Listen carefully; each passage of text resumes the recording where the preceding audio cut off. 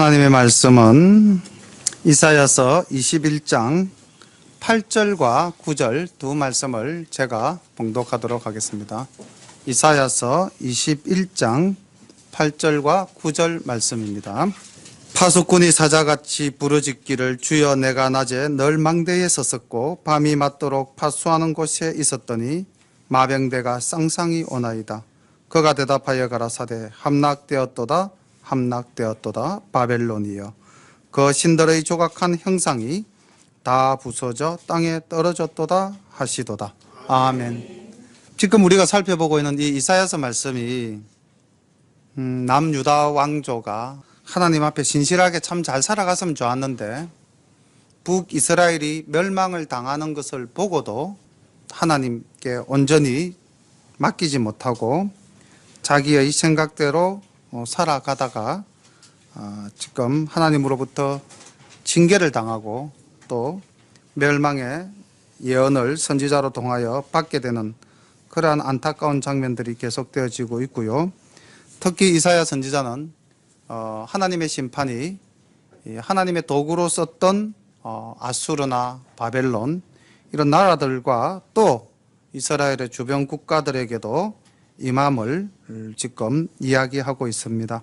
13장부터 계속되어지는 이야기가 이스라엘을 둘러싼 주변 국가들에 대한 선포인데 심판의 선언이 이루어지고 있는데 우리가 오늘 21장과 22장에서는 바벨론과 그리고 이스라엘에 대한 하나님의 심판 경고를 살펴보도록 하겠습니다.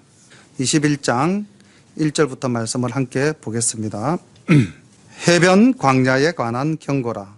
적병이 광야에서 두려운 땅에서 남방 회리바람같이 몰려왔도다. 혹독한 묵시가 내게 보였도다. 주께서 가라사대 속이는 자는 속이고 약탈하는 자는 약탈하도다. 엘람이여 올라가고 메대여 애워싸라. 그의 모든 탄식을 내가 그치게 하였노라 하시도다.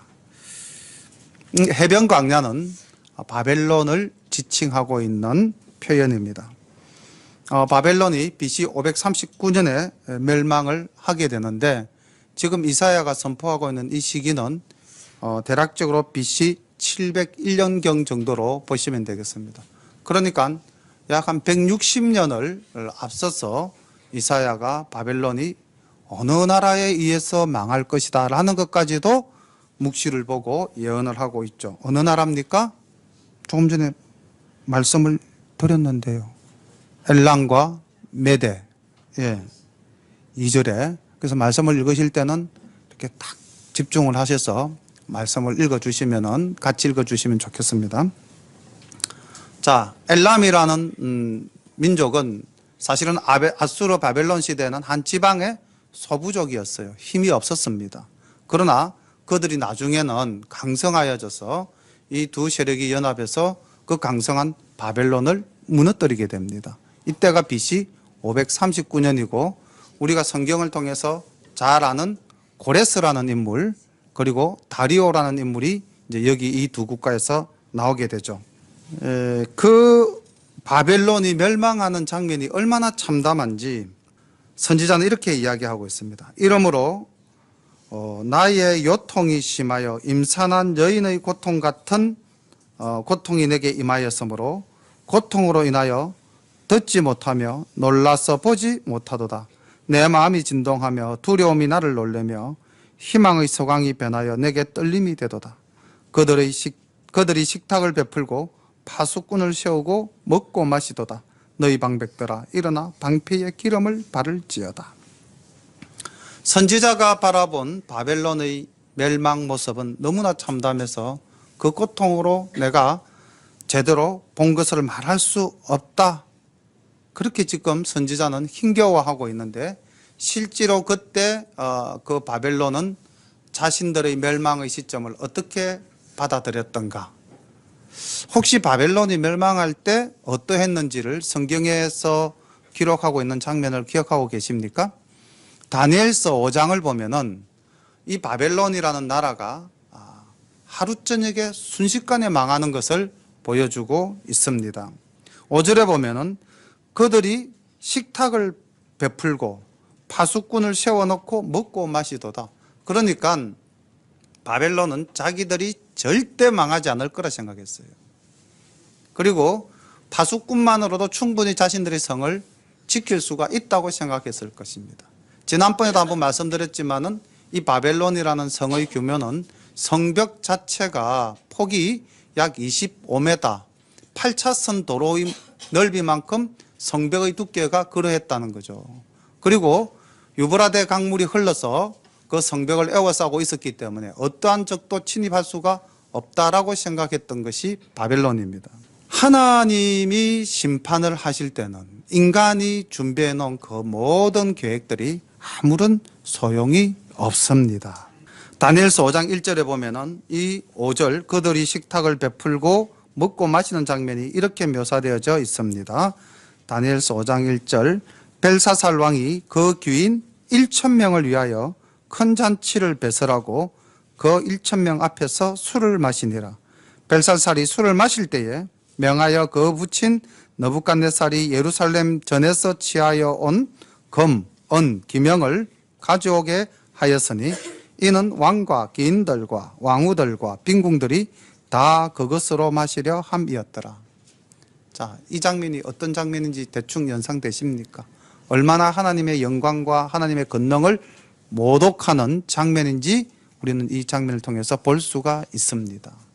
이렇게 교만했던 바벨론, 하나님을 전혀 안중에 없이 그 하나님의 전에서 가지고 온 예배 드리는 그릇으로서 그들의 술잔치의 그릇으로 쓰고 있는 모습을 우리는 다니엘서를 통해서 볼 수가 있는 것입니다. 6절부터 봅니다. 주께서 내게 이르시되 가서 파수꾼을 세우고 그 보는 것을 고하게 하되 마병대가 쌍쌍이 오는 것과 나기 때와 약대 때를 보거든 자세히 유심히 들으라 하셨더니 파수꾼이 사자같이 부르짖기를 주여 내가 낮에 늘 망대에 섰었고 밤이 맞도록 파수하는 곳에 있었더니 마병대가 쌍쌍이 오나이다. 그가 대답하여 가라사대 함락되었도다 함락되었도다. 바벨론이여 그 신들의 조각한 형상이 다 부수져 땅에 떨어졌도다 하시도다.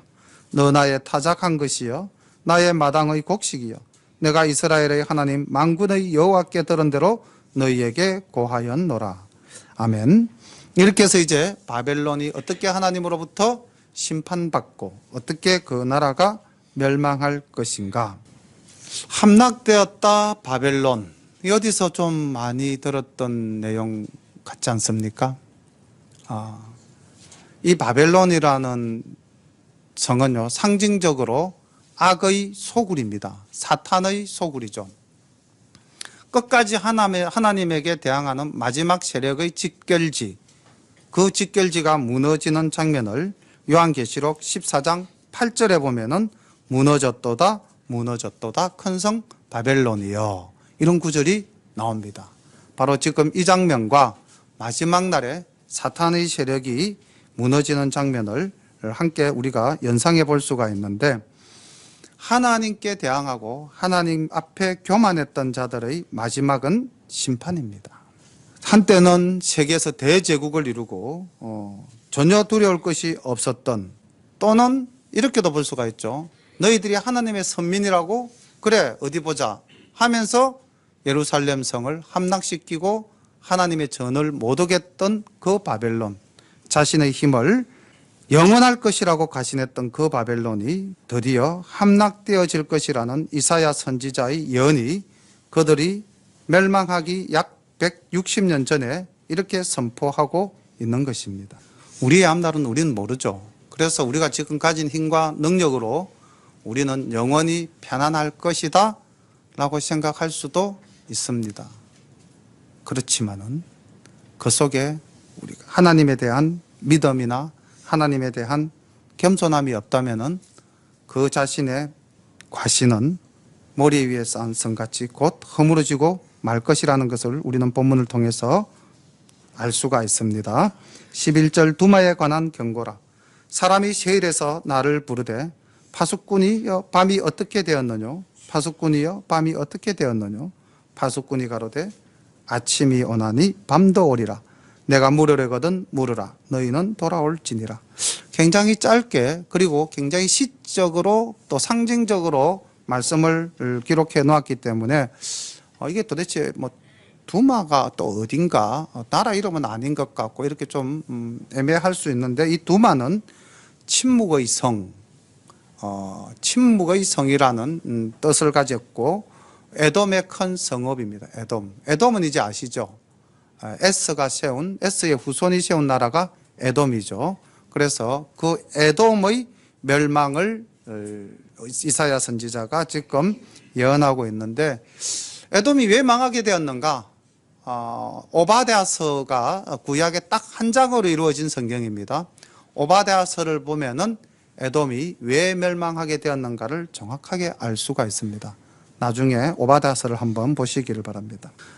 그 에돔에 대한 경고, 그 다음 여기서 보면 파수꾼에게 묻고 또 파수꾼이 대답하는 그런 대화체 형식으로 이루어져 있는데 굉장히 시적이면서 상징적인 표현입니다. 우리가 통상 시에서 밤은 무엇을 의미하는 걸까요?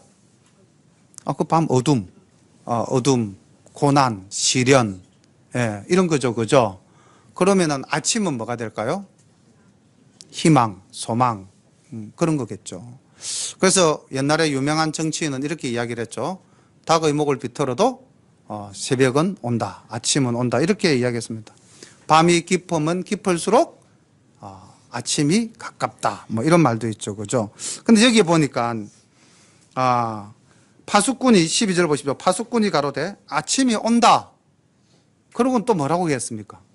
끝이 아니라 다음 또 밤이 온다고 이야기하고 있죠. 그러니까 에돔에게는 희망이 있었는 듯 했지만은 결국은 망하고 말 것이다, 이렇게 이야기되어지고 있습니다. 그런데 하나님께서 에돔을 많이 사랑하셨어요. 맨 마지막에 뭐라고 이야기하고 있습니까? 너희는 돌아올지니라. 회개를 촉구하고 있습니다. 너희들에게 예비된 것은 밤이다. 그렇지만은 너희들이 회개하고 돌아오면 아침을 맞을 수도 있다, 이렇게 이야기를 하고 있죠. 13절 아라비아에 관한 경고라. 더단 대상이여 너희가 아라비아 수풀에서 유숙하리라. 대마 땅의 거민들아 물을 가져다가 목마른 자에게 주고 떡을 가지고 도피하는 자를 영접하라. 그들이 칼날을 피하여 뺀 칼과 당긴 활과 전쟁의 어려움에서 도망하였음이니라. 주께서 이같이 내게 이르시되 품꾼의 정한 기한같이 1년 내에 게달의 영광이 다 쇠멸하리니 게달 자손 중 활 가진 용사의 남은 수가 적으리라 하시니라. 이스라엘의 하나님 여호와의 말씀이니라. 이는 아라비아 특히 게달 족속에 대한 멸망을 선언하고 있습니다. 이상으로 이제 주님께서 이사야 선지자를 통해서 이 땅의 심판자, 이 땅의 주관자, 이 땅의 역사를 진행하는 자가 누구다 라는 것을 분명히 보여줬습니다. 그런데 한번 잘 생각해 봅시다. 하나님은 그때 그 시대만 계셨나요? 지금은 계시죠? 그러면은 그때에 하나님께서 이런 민족들과 나라들을 심판하셨다면은 오늘날은 안 하실까요? 오늘날은 그냥 보아 넘기실까요? 역시 오늘날도 하나님께서는 심판을 하시겠죠. 그렇다면은 우리는 어떻게 살아야 되나? 여기 이 주변 국가들에 대한 말씀에서 우리가 교훈을 얻기보다는 오늘 말씀에서 은혜 받을 내용은 사실상 22장에 있는 것 같습니다. 저도 사실 말씀을 준비하면서 22장에서 많은 은혜를 받았는데 함께 살펴보도록 합니다. 이상골짜기에 관한 경고라. 그래서 이게 이제 이상골짜기 하니까 어디지? 예루살렘입니다. 예루살렘이 어디입니까? 하나님의 택한 백성 이스라엘의 성읍이죠. 유대의 왕들이 기거하던 곳이죠.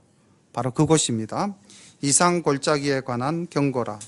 네가 지붕에 올라가면 어찌민고 헌화하며 떠들던 성 즐거워하던 고을이여. 너의 죽임을 당한 자가 칼에 죽은 것도 아니요 전쟁에 사망한 것도 아니며 너의 가는들은 다 함께 도망하였다가 활을 버리고 결박당하였고 너희의 멀리 도망한 자도 발견되어 다 함께 결박을 당하였도다. 이러므로 내가 말하노니 돌이켜 나를 보지 말지어다. 나는 슬퍼 통곡하겠노라. 내 딸 백성이 패멸하였음을 인하여 나를 위로하려고 힘쓰지 말지니라. 지금 이사야 선지자가 바라본 모습은 이상골짜기 예루살렘. 그 예루살렘 성이 이 성곳은 시온산 위에 있죠. 그죠? 그럼 우리가 산을 보면 산이 능선이 있고 또 뭐가 있습니까? 좌우로 골짜기가 있겠죠. 그죠? 예루살렘은 흰놈 골짜기와 기드론 골짜기가 이렇게 그 시온산을 양편으로 해서 흐르고 있는 그런 골짜기가 있는데, 우리가 능선과 골짜기 했을 때 어느 쪽이 좀 더 밝은 이미지를 줍니까? 능선이 훨씬 밝은 이미지를 주죠. 그죠? 골짜기 하면 뭔가 좀 어두침침하고 또는 좀 깊고 뭔가 험악하고 그렇겠죠. 그래서 지금 왜 이 예루살렘을 골짜기에 비유했을까? 다시 말하면 그 당시 예루살렘의 모습이 하나님 보시기에 밝은 면이 없었다는 겁니다. 죄악으로 관영된 도시였다는 거죠. 여기서 또 하나, 이스라엘 백성들은 이사야 선지자를 통해서 주변 국가들의 멸망과 심판에 대해서 선포할 때 어떻게 했겠습니까? 그래, 이방인들은 다 장작과 같은 존재들이야. 그들은 멸망마다 마땅해. 그러나 우리는 하나님이 택한 백성이고 우리는 구원받은 백성이고 우리는 영원히 망하지 않을 거야 라는 그런 선민의식 속에 사로잡혀 있었겠죠. 그런데 보십시오. 지금 이사야 선지자는 22장에서 이 예루살렘, 이스라엘도 결국은 어떻게 된다? 심판을 받는다는 겁니다. 그래서 우리가 하나님을 믿고 구원을 받았으니 우리에게 심판은 없을 것이다 라고 생각한다면 그거는 심각한 오류를 범할 수 있는 것입니다. 우리가 하나님을 믿고 구원을 받았다면 우리에게는 늘 구원받은 백성의 삶의 모습이 있어야 하는 것입니다. 지금 이 이스라엘은 하나님의 택함받은 백성임에도 불구하고 그들은 하나님의 자녀다운 삶을 살지를 못했어요. 그것이 이제 나타나고 있습니다. 5절부터 말씀을 보겠습니다. 이상의 골짜기에 주 만군의 여호와께로서 이르는 분뇨와 발핀과 혼란의 날이여 성벽의 무너뜨림과 산악에 사무치는 부러지는 소리로다. 엘람 사람은 전통을 졌고 병거탄 자와 마병이 함께하였고 기르 사람은 방패를 드러내었으니 병거는 너희의 아름다운 골짜기에 가득하였고 마병은 성문에 정렬되었도다. 그가 유다에 덮였던 것을 벗김에 이날에야 내가 숲을 곳간의 병기를 바라보았고 너희가 다윗성의 무너진 곳이 많은 것도 보며 너희가 아랫못의 물도 모으며 또 예루살렘의 가옥을 개수하며 그 가옥을 흘러 성벽을 경곡해도 하며 너희가 또 옛못의 물을 위하여 두 성벽 사이에 저수지를 만들었느니라. 그러나 너희가 이 일을 하신 자를 앙망하지 아니하였고 이 일을 옛적부터 경영하신 자를 존경하지 아니하였느니라. 말씀을 잠시 끊고 시대적 배경과 더불어서 말씀을 드리겠습니다. 이때 지금 말씀하는 이 장면은 BC 701년 아수르의 사내립 18만 5천 군대, 그것도 이후에 이전에 이스라엘을 침공한 아수르가 히스기야 왕 14년에 예루살렘을 완전히 포위하고 이제 여러 성도를 다 멸망시킨 후에 이제 마지막 예루살렘을 포위했던 그때입니다. 그때 이제 히스기야가 조공을 바치기로 약조하고, 그러니까 뭐 반식민지 형태 좀 되겠죠, 그죠? 완전한 독립국가가 아닌 반식민지 형태의 모습으로 이 장면을 넘기는 그러한 시대적 배경을 바탕으로 하고 있는데, 열왕기하서 18장 13절부터 쭉 그 내용이 나와 있습니다. 그때 히스기야는 그 사내립에게 조공으로 바치기 위한 금언을 만들어내기 위해서 하나님의 성전의 기둥을 벗겨서 사내립에게 조공을 하는 그러한 참담한 장면이 나오고 있습니다. 그런데 보십시오. 이제 자신들의 삶을 즐기다가 적의 침략을 받아서 포위를 당하고 어찌할 수 없다는 마지막 절박감에 그들이 겨우 마지막 찾아낸 방식이 8절입니다. 숲불곳간의 병기를 보았고 다윗성의 무너진 것을 보았고 물도 모으고 집을 뜯어서 성벽을 쌓는. 그러니까 지금 문제 해결의 방식이 무엇입니까? 사람의 방식을 쫓아서 자기의 생각으로 하나님을 의지하지 않고 이 절박한 상황 속에서도 내 힘으로 해결할 수 있다라는 자기중심적 사고를 버리지 못하고 있는 거죠. 그래서 11절 중반부를 넘어가면 그러나라고 선지자가 탄식하고 있습니다. 그러나 너희들이 지금 너희들의 인간의 방식으로 문제를 해결하려고 하는구나. 해결된다 안 된다? 안 된다는 겁니다. 예루살렘을 이렇게 성지순례를 하다 보면 히스기야 그 수로라는 게 있어요. 이제 위에 기드론 샘물에서 이제 무수원을 받아가지고 이제 실로암 샘까지 기온샘에서 이제 실로암 샘까지 물을 끌어가는, 그래서 적의 침략을 당해도 물을 수원을 확보하는 그 수로를 히스기야 왕 때 팠다고 그러는데, 저희들이 지난번에 갔다 왔는데요. 현대 과학으로서도 현대의 토목학으로서도 정말 이해하기 힘들 만큼 난해한 그 뭐라고 그래야 될까요? 이게 수로가 직선이면은 쉽게 이해가 되잖아요, 그죠? 직선이면. 근데 이게 굉장한 곡선이에요. 근데 그걸 어떻게 그 땅 속에서 팠을까? 땅에서 땅으로. 그리고 어떻게 그렇게 물줄기를 이렇게 흘러내리도록 팠을까? 정말 상식적으로 이해가 안 갈 만큼 굉장히 정교한 샘을 수로를 만들어 놨어요. 효과가 있었을까요? 없었을까요? 없었다는 겁니다. 아무리 인간이 정교한 방식으로 그 문제를 해결하려고 하여도 하나님을 의지하지 않으면 해결될 수 없다는 것을 오늘날도 우리는 그 현장에서 볼 수 있었던 것입니다.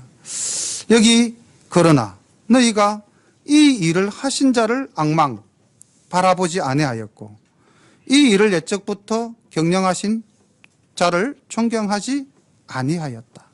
선지자는 외칩니다. 이렇게 외칩니다. 그날에 주 만군의 여호와께서 명하사 통곡하며 애호하며 머리털을 떠들며 굵은 배를 띠라 하셨다. 뭘 촉구하고 있습니까? 회개하라는 겁니다.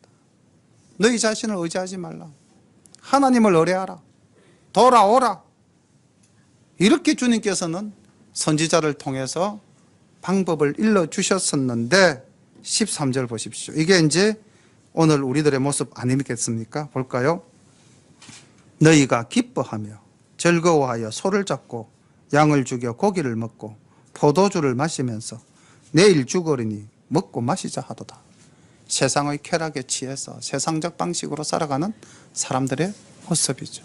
하나님은 역사를 주관하고 계시고 이스라엘의 그 타락한 모습을 보시고 선지자를 통해서 회개하라 하셨는데도 불구하고 그래도 말을 듣지 않자 이방 군대를 쳐서 예루살렘 성을 포위하게끔 만들고 이제는 나를 의지하겠지, 이제는 나를 바라보겠지, 이제는 나를 찾겠지 하나님이 그러하셨음에도 불구하고 인간들은 어떻게 하고 있다?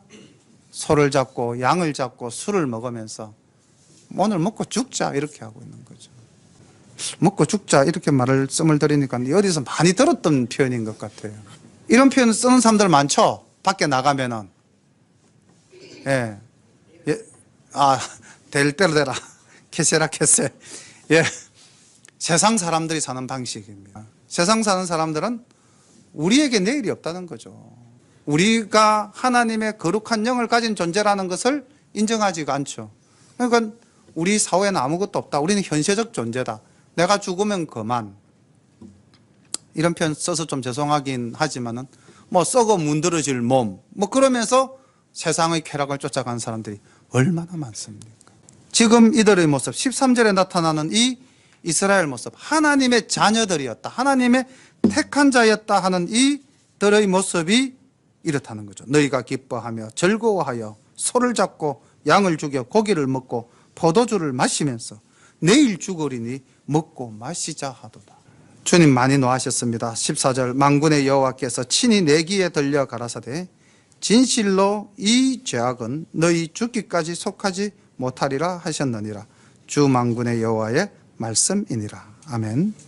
사랑하는 우리 열린가족 여러분, 세상은 점점 더 물질 중심이고요. 세상은 점점 더 쾌락주의적입니다. 우리 여기 학생들도 어린이들도 앉아 있는데 저는 우리 휴대폰 문화를 보면서 마음이 굉장히 아픕니다. 컴퓨터가 한때는 아이들에게 끼치는 해독이 크다 했는데 이건 이제 상대가 안 돼요. 휴대폰은 언제 어디서 납니다. 왜 우리나라의 어른들은 우리의 자녀들을 바르게 인도해 가려고 노력하지 않을까요? 그 휴대폰 문화라는 것이 얼마나 해독이 큰지, 중독성이 얼마나 강한지, 우리가 학교에서 보면 아이들이 폰 중독도 이제 무지 많습니다. 수업 시간에도 폰을 수시로 봅니다. 세상은 이렇게 어린 영혼까지 이제 가리지 않습니다. 그런 상황 속에서 우리가 정말 하나님에 대한 온전한 신앙을 갖지 못한다면은 우리의 삶은 너무나 비틀거리기 쉽고 헛발딛기가 쉬운 상황입니다. 15절부터 이제 딱 두 사람을 지칭해서 심판을 경고하시는데 이 장면도 우리가 눈여겨볼 필요가 있을 것 같습니다. 셈나라는 인물과 엘리야김이라는 두 인물이 나오는데 눈여겨보십시오.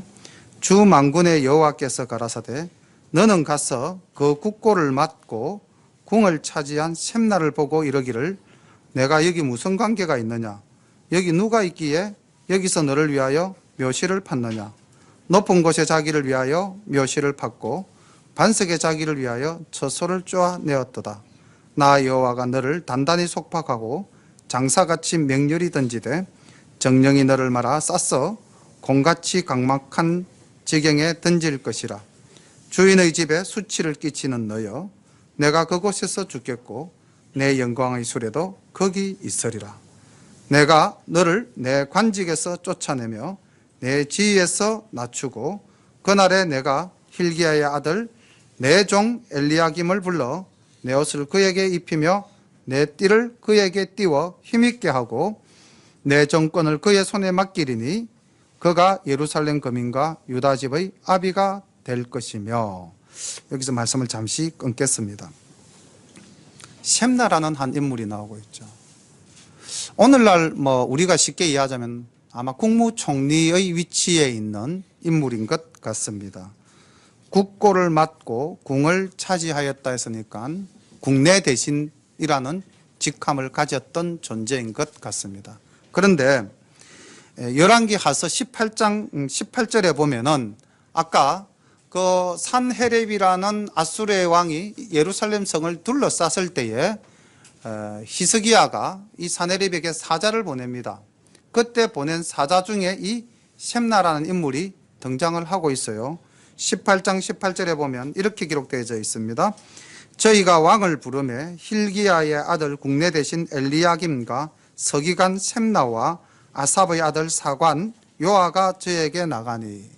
여기 지금 엘리야김이라는 인물도 나오고 있고요, 셈나라는 인물도 나오고 있는데 지금 국내 대신은 누구라고 되어져 있습니까? 엘리야김이라고 되어져 있죠, 그죠? 그래서 아마 이제 위상이 바뀐 것 같아요. 국내 대신으로 있던 셈나는 서기관으로 이제 강등이 되고, 그리고 이제 hil기야의 아들 엘리야김이 국내 대신이 되어져 있는 장면을 성경 속에서도 볼 수가 있습니다. 그러니까 셈나라는 이 인물은 실질적으로 그 당시 어떤 인물이었던가, 성경학자들에 의하면은 이 셈나라는 인물은 이방인으로서 아랍 계통의 사람으로서 히스기야의 총애를 받았던 사람이다, 이렇게 보는 사람도 있고, 출신은 정확하게는 모르지만은, 그게 아랍이라고 규정짓지 않고 출신은 정확하게 모르지만은 그 당시 고위직에 있었던 사람이다. 이렇게 이제 두 부류로 봅니다. 하나는 비유대인이다. 아니면 하나는 유대인이지만 출신을 모른다. 이렇게 이제 성경학자들이 보고 있는 그런 셈난데, 이 사람의 정책 방향성이 이사야서 30장에 보면은 그 당시 이사야서 30장 1절부터 우리 한 말씀을 한번 볼까요? 잠깐 뒤로 조금만 넘기면 되니까. 이사야서 30장 1절부터 5절까지만 말씀을 제가 봉독하겠습니다. 여호와께서 가라사대 화 있을진저 패역한 자식들이여 그들이 계교를 베푸나 나로 말미암아 하지 아니하며 맹약을 맺으나 나의 신으로 말미암아 하지 아니하였음이로다. 그들이 바로의 세력 안에서 스스로 강하려 하며 애굽의 그늘에 피하려 하여 애굽으로 내려가서되 나의 입에 묻지 아니하였으니 죄의 죄를 더하도다. 그러므로 바로의 세력이 너희 수치가 되며 애굽의 그늘에 피함이 너희의 수욕이 될 것이라. 그 방백들이 소안에 있고 그 사신들이 하네스에 이르렀으나 그들이 다 자기를 유익하게 못하는 민족을 인하여 수치를 당하리니 그 민족이 돕지도 못하며 유익하게도 못하고 수치가 되게 하며 수욕이 되게 할 뿐임이니라. 지금 여기 히스기야 왕 때 친애굽 정책을 펼쳤던 인물이 나옵니다. 바로 이 셈나로 추정을 하고 있습니다. 그러니까 셈나는 당면한 문제를 하나님께 기도해서 해결하려고 했던 존재가 아니라 이방 세력에 의존해서, 강대국에 의존해서 문제를 해결하려고 했던 인물이라는 것이죠. 그래서 하나님께서는 이 셈나를 이제 징치하시는데, 여기 이 15절 이후에 등장하는 이 셈나의 모습은 권력을 가지고 자기의 사익을 도모하는 대표적인 인물로 묘사되어지고 있습니다. 자, 여기 보면은 16절, 여기 누가 있기에 여기서 너를 위하여 묘시를 팠느냐. 높은 곳에 자기를 위하여 묘시를 팠고 반석에 자기를 위하여 처소를 쪼아내었도다. 쉽게 말하면 지금 이 부분은 어떤 의미냐면요, 여기에 이 지금 묘실이라고 하는 것은, 여기의 묘실은 왕의 묘실입니다. 그러니까 다윗의 후손들이 묻히는 묘실에 누구의 묘실을 파고 있다? 셈나 자신의 묘실을 파고 있다는 거죠. 이 땅의 권력을 절대적으로 의지하는 자는 자기의 권력이 절대 망하지 않을 것이라고 생각을 합니다. 우리의 역사 속에서도 전대의 대통령들이, 또 그 대통령을 모신 참모들이 그러한 절대 권력의 맹목에 빠졌을 때에 그들이 범한 죄가 얼마나 큰지, 국민들을 얼마나 실망시켰는지 백일하에 드러나지 않습니까? 바로 이 셈나가 자기의 권력에 절대적으로 맹신하여 이러한 폐악한 일을 했다는 것이죠. 그래서 하나님께서는 18절 말미에 가면 이렇게 중반에 이렇게 기록되어져 있죠. 주인의 집에 수치를 끼치는 자, 주인의 집에 수치를 끼치는 자, 이런 자는 많을 수 있습니다. 어느 조직에 가도 그런 사람들은 많을 수 있어요. 심지어는 우리가 하나님에게 수치를 끼칠 수도 있습니다. 저희들이. 목사들도 하나님의 영광을 가리우게 하는 자가 있을 수 있죠. 교회 안에서 교인들이 하나님의 영광을 가리우게 하는 수도 있습니다.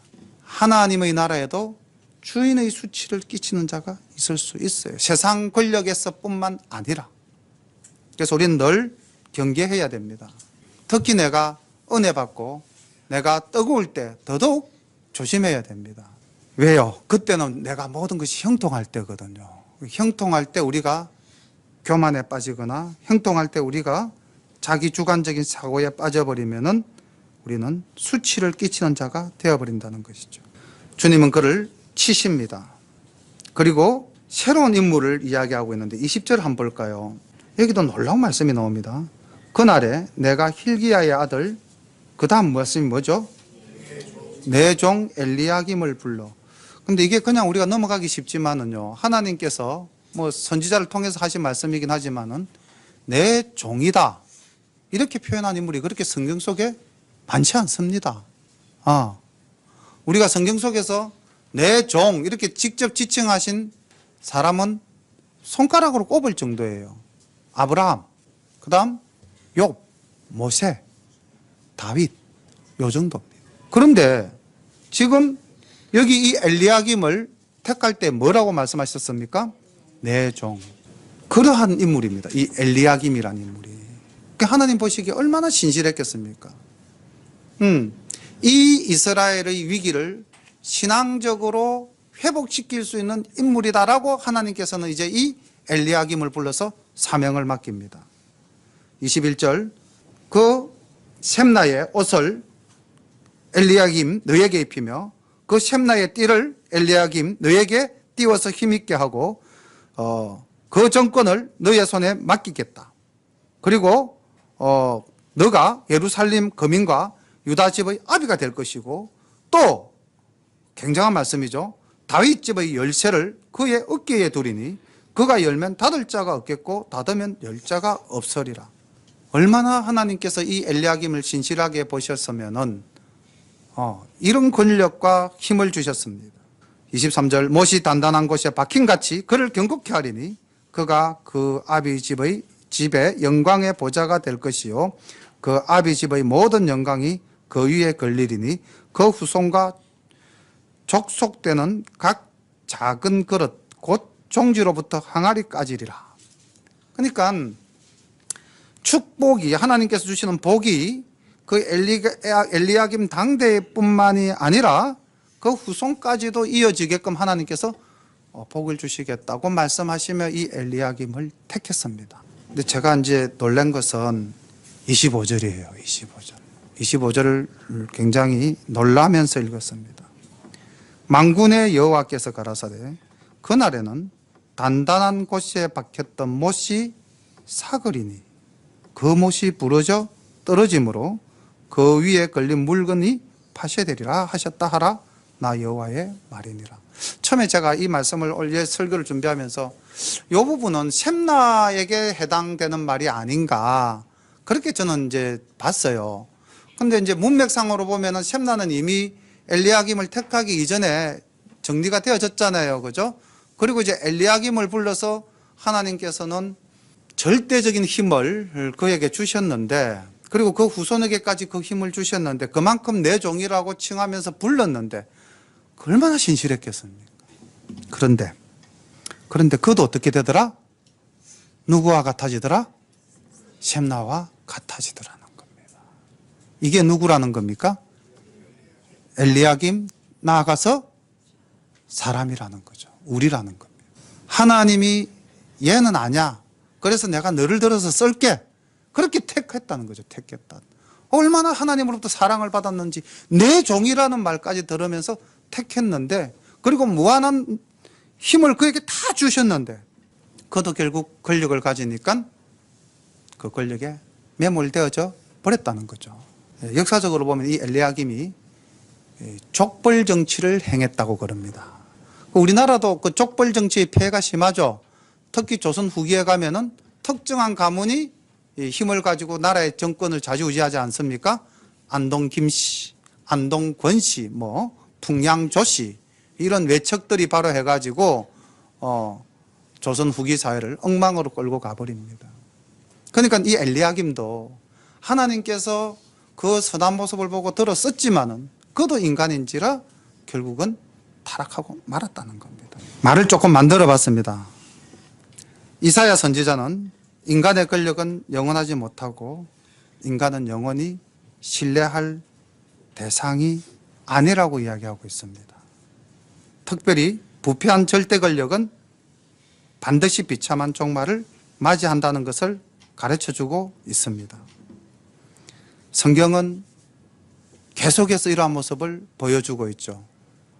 저는 오늘 아침에 교회학교에서 창세기 6장과 9장을 우리 아이들, 교회학교 아이들하고 말씀을 나누면서 제가 깨달았어요. 노아가 어떤 인물이었던가. 우리는 노아 하면은 굉장한 인물로 생각하고, 그랬는데, 그것도 노아의 가족이 어떠했는가. 노아 홍수 전에 노아의 가족이 어떠한 가족이었죠? 당대의 의인이고 하나님의 은혜를 받은 자였고요. 그렇죠? 완전한 자라고 이야기되어졌고요. 그래서 그 당시 네피림이 존재하는 그 땅을 하나님께서 지으심을 한탄하시고 인류를 멸하시려 할 때에 누구만은 건졌다? 노아만은 건졌다. 노아 가족만은 건졌다. 노아가 500세에 아이를 낳았다고 그랬어요. 셈과 함과 야벳을 낳았어요. 그리고 노아 홍수는 600년에 있었다고 그랬어요. 600살에 있었다고 그랬습니다. 그럼 몇 년의 기간이 있죠? 100년. 그럼 아이를 낳아서 100년간 기르면서 아이들이 장성했습니다. 그때 그 아이들은 무엇을 했을까요? 아버지와 함께 방주를 지었겠죠. 그런 아이들이었다는 겁니다. 그 아들들이. 그럼 생각해 보십시오. 그 당시 사람들이 노아를 보고 어떻게 생각했겠습니까? 너 미쳤니? 너 돌았니? 그렇게 분명히 비난하고 조소하고 경멸했겠죠? 그럼에도 불구하고 몇 년간? 100년간 방주를 지었다는 겁니다. 그랬던 집안이라는 거죠. 그랬던 집안. 어떤 세상 풍파가 제약된 도성에서 어떤 사람들이 자기를 향하여 비난하더라도 흔들리지 않고 하나님의 일을 묵묵히 했던 그 노아. 그래서 그의 가족 8명이 구원을 받지 않습니까? 방주에서 유일하게 살아남은 인류의 조상이 되지 않습니까? 놀라운 것은 9장입니다. 집에 가서 한번 보십시오. 그리고 오늘날 우리 집은 어떤가 한번 보십시오. 만약에 오늘날 우리 집이 6장처럼 되어져 있다면 정말 우리는 하나님을 기쁘시게 하고 우리는 하나님의 구원을 받는 택한 자가 될 것입니다. 그런데 9장에 나오는 장면을 한번 보십시오. 숙제입니다. 이건 집에 가서 한번 보십시오. 그리고 묵상하십시오. 오늘 엘리야김 노아와 똑같다는 거죠. 엘리야김도 내 종 엘리야김을 택하여 너를 대신하여 모든 것을 주겠다. 그리고 엘리야김을 세워서 국내 대신으로 삼았다는 것이 아까 열왕기하서 18장 18절에 국내 대신 엘리야김 나왔지 않습니까? 셈나는 서기관으로 내려갔고요. 우리는 세상의 힘을 의지해서는 절대로 안 될 줄로 믿습니다. 오직 신실한 하나님, 그 말씀 위에 굳게 서서 하나님을 아는 지혜로운 그런 복된 우리 열린가족 되시기를 간절히 소망합니다. 기도드립니다. 사랑의 아버지 하나님, 은혜를 감사합니다.